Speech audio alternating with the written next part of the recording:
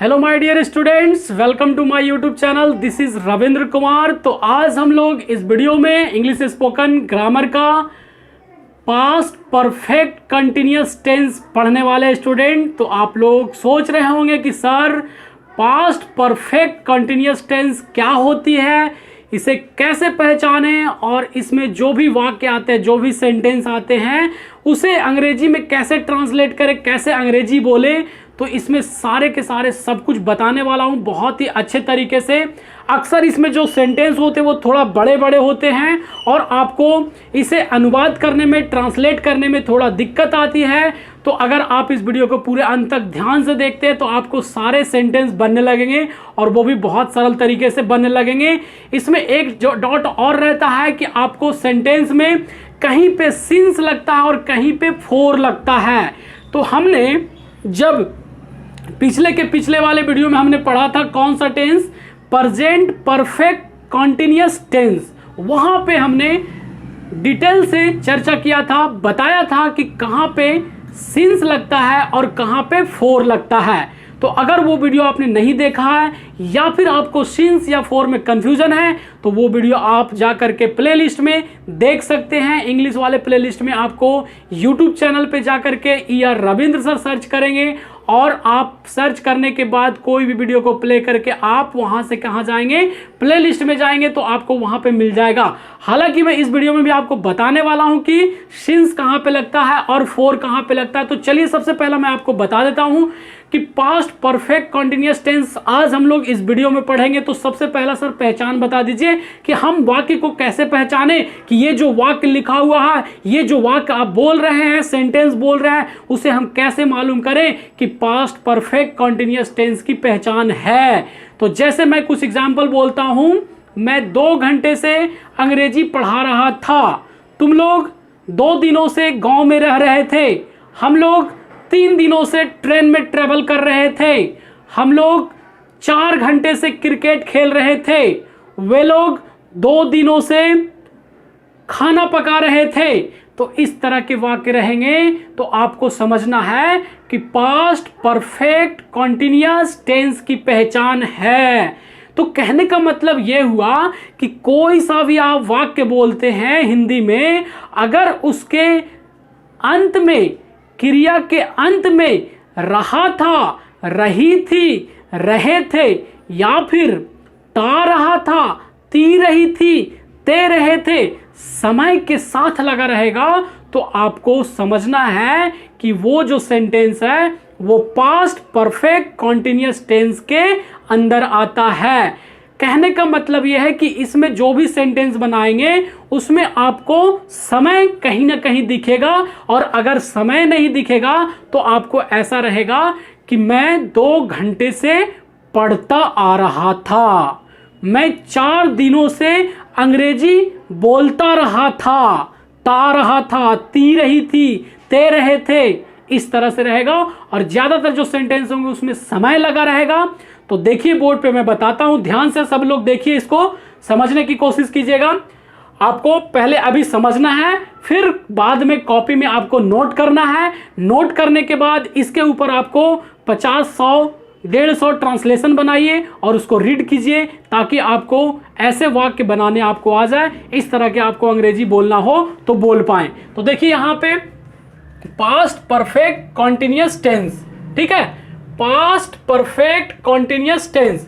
तो पहचान, इसकी पहचान जो है वो जिस हिंदी वाक्य क्रिया के अंत में समय प्लस में ता रहा था, ती रही थी, ते रहे थे, या फिर समय के साथ ता ना रह करके सिर्फ रहा था, रही थी, रहे थे भी हो सकता है और इसके साथ में इत्यादि भी लगा हो सकता है। आई होप पहचानना आप सीख गए होंगे, ठीक है।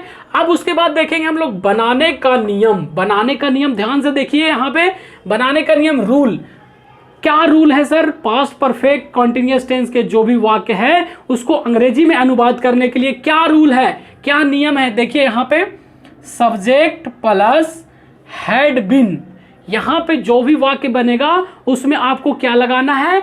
हैड बीन लगाना, हैड बीन, ठीक है। जैसे प्रेजेंट परफेक्ट कंटिन्यूअस टेंस में हैव बीन या हैज बीन लगाते थे, उसी तरह से यहां पे आपको दो दो नहीं है, सिर्फ एक है, और सभी वाक्य के साथ आपको हैड बीन ही लगाना है। ऐसा नहीं सोचना है प्रेजेंट परफेक्ट कंटीन्यूअस टेंस की तरह कि कहां पे हैव बीन लगाएं सर और कहां पे हैज बीन लगाएं। तो कहीं ना कहीं उससे ये आसान है, आपको सभी जगह पे हैड बीन लगाना है आज के वीडियो में, आज के जो सेंटेंस बनने वाले हैं। तो यहां पे देखिए हैड बीन, उसके बाद V4 का मतलब क्या हुआ सर? वर्ब की फर्स्ट फॉर्म नहीं, वर्ब की फोर्थ फॉर्म।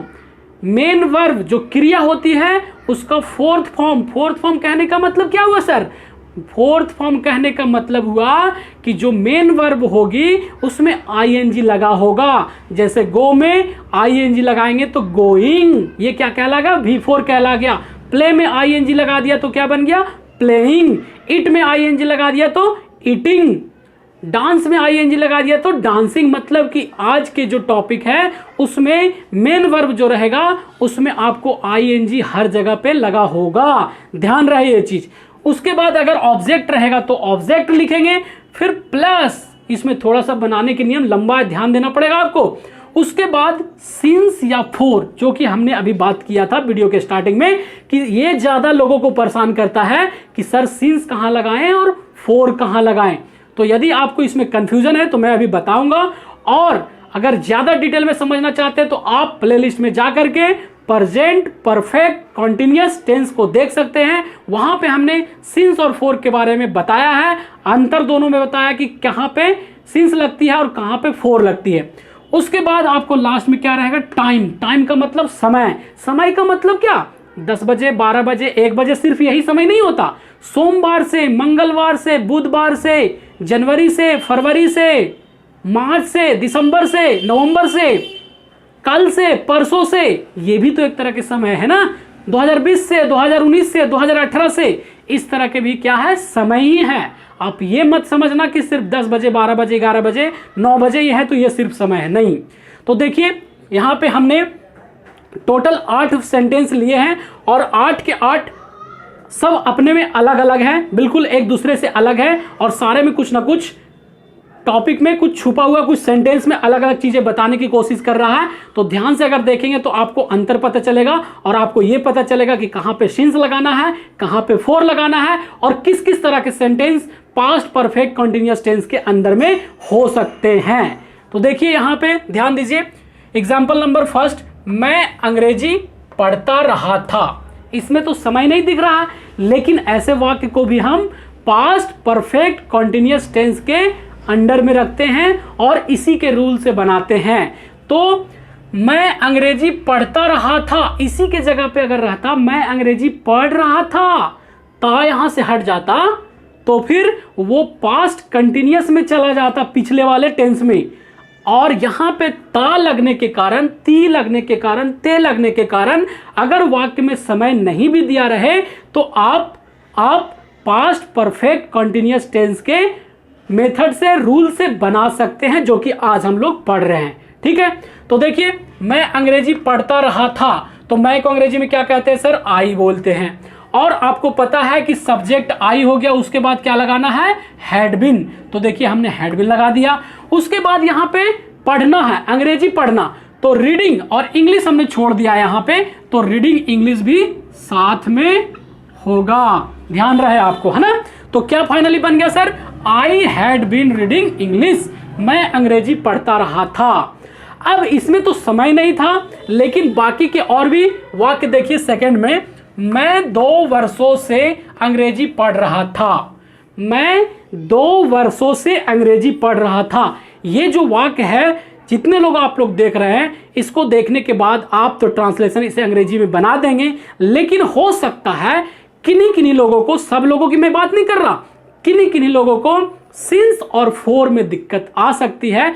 तो आप कमेंट करके बता सकते हैं कि मैं 2 वर्षों से अंग्रेजी पढ़ रहा था में सिंस लगेगा या फिर फोर लगेगा।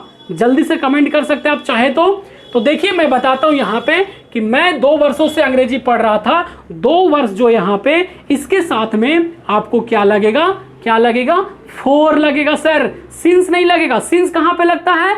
निश्चित टाइम के साथ, फिक्स समय के साथ, और और 4 कहां पे लगता है सर? ड्यूरेशन ऑफ टाइम के साथ लगता है, जहां पे निश्चित ना हो। जैसे कहने का मतलब यह हुआ कि मैं बोल रहा हूं मैं 2 वर्षों से अंग्रेजी पढ़ा रहा था, तो ये जो 2 वर्ष है ये हमें नहीं पता चल रहा है कि 2 वर्ष कब का था, 2020 से लेके 22 तक की, 2018 से लेके 2020 तक की, 2015 से लेके 2017 तक की, तो हमें ये चीज नहीं मालूम है, इसलिए ये फिक्स टाइम नहीं है। तो यहां पे क्या लगेगा?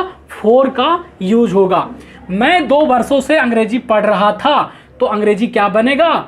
आई had been reading English.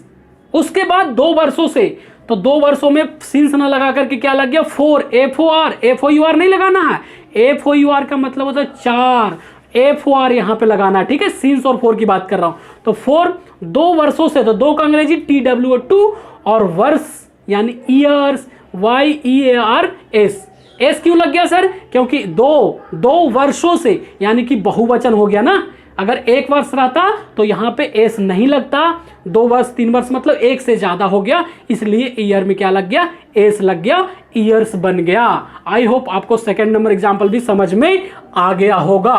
Third number example देखिए, हम लोग कल से स्कूल जा रहे थे। हम लोग कल से स्कूल जा रहे थे। कुछ लोग इसे ऐसा भी बोल सकते हैं कि हम लोग कल से स्कूल जाते रहे थे।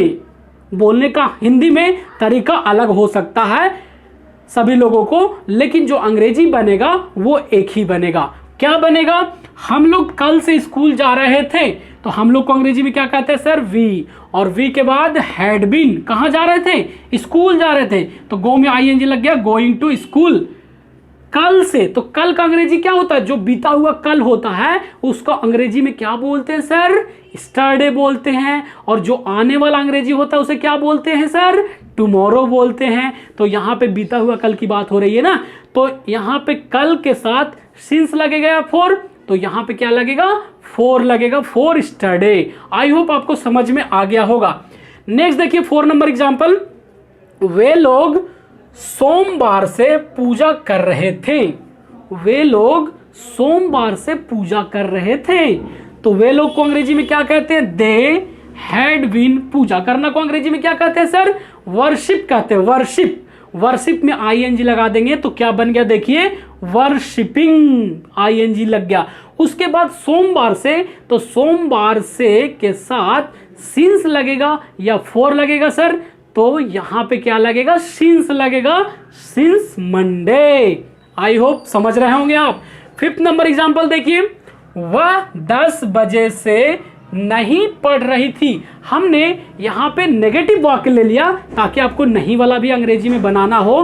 तो आप कहेंगे सर आपने तो वीडियो में नहीं वाला बताया ही नहीं थे, तो हम लोग कैसे बनाए? तो ये चीज मैं ध्यान में रखते हुए नेगेटिव सेंटेंस, इंट्रोगेटिव सेंटेंस, सारे तरह के वाक्य हमने यहाँ पे लिया है।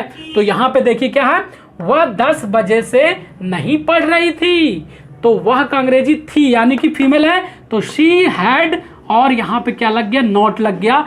अब यहाँ पे ध्यान देने वाली बात एक चीज ये है कि नॉट जब लगाते हैं तो हैड के बाद ही लगाते हैं। अगर जिनको नहीं पता या जिनको ध्यान नहीं रहता वो बिन के बाद भी नॉट लगा देते तो ग्रामेटिकली क्या हो जाएगा? वो मिस्टेक हो जाएगा। इस बात को आपको ध्यान रखना है। शी हैड के बाद ही नॉट आना चाहिए। तो शी हैड नॉट बीन, पढ़ाई करना का क्या होता है? स्टडी या रीड होता है। तो स्टडी में ING लगा दिया तो क्या बन गया? स्टडिंग। सिंस 10 o'clock, 10 बजे फिक्स टाइम है 10 बजे, तो यहां पे सिंस लगेगा, सिंस 10 o'clock। आई होप समझ में आ रहा होगा आपको। अब देखिए क्या इंट्रोगेटिव वाक्य भी हमने लिया है। क्या हम लोग 2020 से अंग्रेजी बोल रहे थे? यहां पे देखिए प्रश्नवाचक चिन्ह हमने लगाया है। क्या हम लोग 2020 से अंग्रेजी बोल रहे थे? तो यहां पे जो हैड है वो पहले आ जाएगा।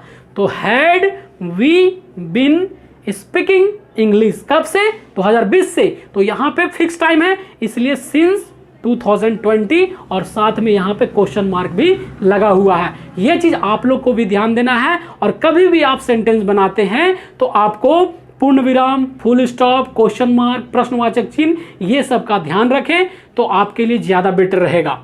नेक्स्ट देखिए 7 नंबर एग्जाम्पल बोर्ड पे, तुम जनवरी से क्रिकेट खेल रहे थे। तुम जनवरी से क्रिकेट खेल रहे थे, क्या बनेगा? You had been playing cricket जनवरी से। तो जनवरी यहां पे क्या है? फिक्स टाइम है, इसलिए यहां पे सिंस लगेगा, ना कि फोर लगेगा। तो सिंस जनवरी। आई होप आपको समझ में लगभग आ गया होगा। लास्ट एग्जांपल देखिए, मोहन 2 घंटे से काम कर रहा था। मोहन 2 घंटे से काम कर रहा था, तो क्या बनेगा सर?